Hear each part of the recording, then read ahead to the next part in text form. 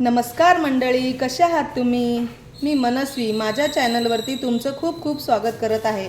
आज आपण पाहणार आहोत कोंबडी वड्याची भाजणी. चला तर आपण इथे भाजणीची तयारी करून घेऊया.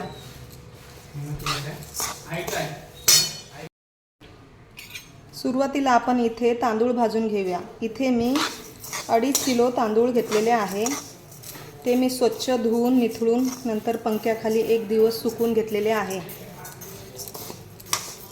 तांदूळ जास्त असल्यामुळे मी 2 बॅचेसमध्ये ह्याला भाजून घेत आहे. कमी गॅसवरच आपण ह्याला चांगलं भाजून घ्यायचं आहे, ते पण डाग न लावता.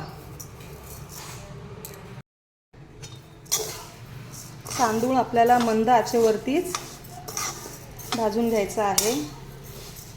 जास्त काळपट करायचं नाही, कारण हाताने असं चेक करायचं. गरम आपल्या हाताला लागत असेल तर आपले हे तांदूळ झालेले आहे.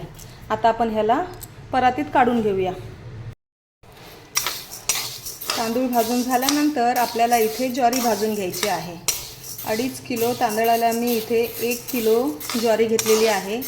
तेही मंद आचेवरती चांगलं भाजून घेत आहे. ते पण हाताला चटका लागला की समजायची आपली ज्वारी भाजून झालेली आहे.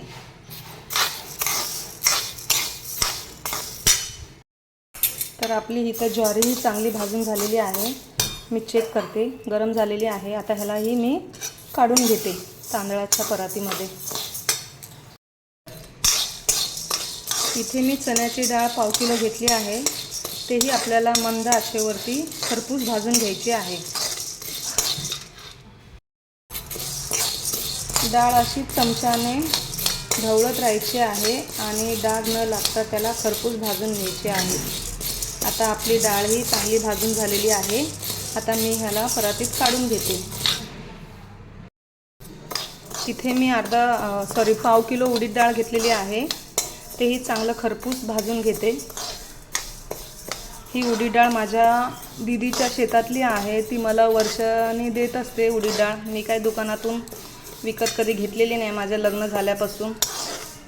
त्याच्यामुळे मी शेतातलीच उडीद डाळ खात असते इडली डोशासाठी. सो थँक्यू दीदी. तुम्ही बघू शकता इथं आपली उडीद डाळ छान सोनेरी रंग येईपर्यंत छान भाजली गेलेली आहे. आता मी ह्याला परातीत काढून घेते.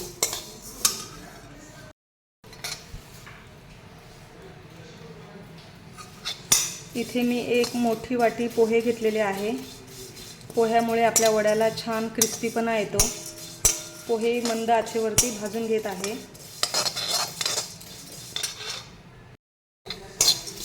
तर इथे आपले पोहे छान कुरकुरीत भाजून झालेले आहे. आता मी हे परातीत काढून घेते.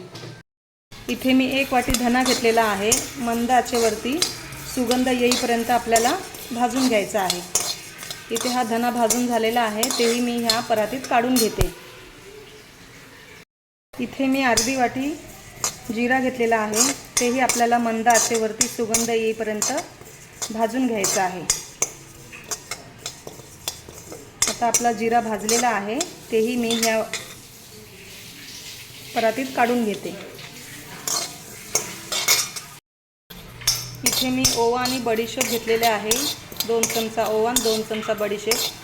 तेही आपल्याला मंद आचेवरती भाजून घ्यायचं आहे. आता ओवा आणि बडीशेप आपली भाजलेली आहे. ते मी ह्या परातीत काढून घेते.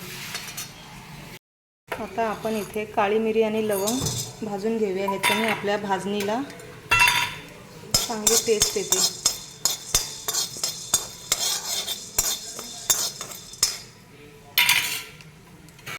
आपली लवंग आणि काळी मिरी छान भाजून झालेली आहे. हेही मी परातीत काढून घेते.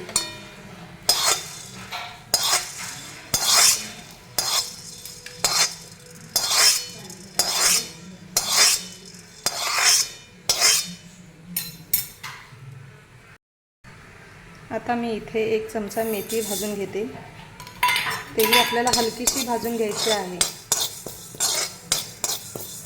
लगेच काढून घ्यायची, कारण की ह्याला करपवायचं नाही, नाहीतर कडूपणा आपलं पीठ कडू होतो. ह्याला मी काढून घेते.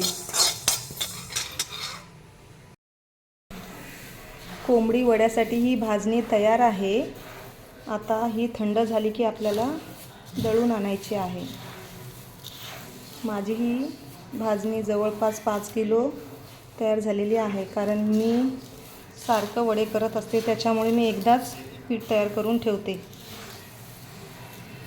जर ही रेसिपी आवडली असेल तर लाईक, शेअर, सबस्क्राईब करायला विसरू नका. धन्यवाद.